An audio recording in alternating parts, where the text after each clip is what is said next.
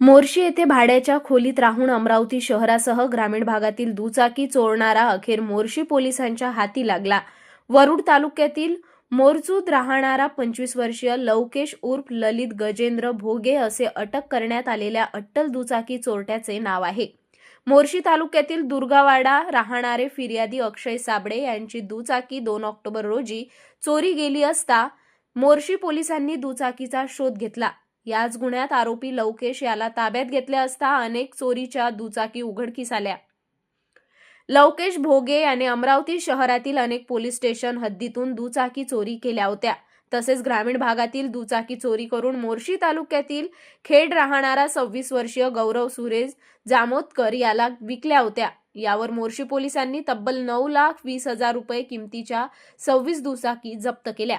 Gadgenagar, Rajapeth, city कोतवालीसह Washim, Akola येथील चोरी गेलेल्या दुचाकीचे गुन्हे उघडकीस आले आहे। ही कारवाई अमरावती ग्रामीण पोलीस अधीक्षक विशाल आनंद यांच्या आदेशाने मोर्शी पोलीस निरीक्षक अशोक लांडे यांच्या नेतृत्वात पोलीस पथकाने केली।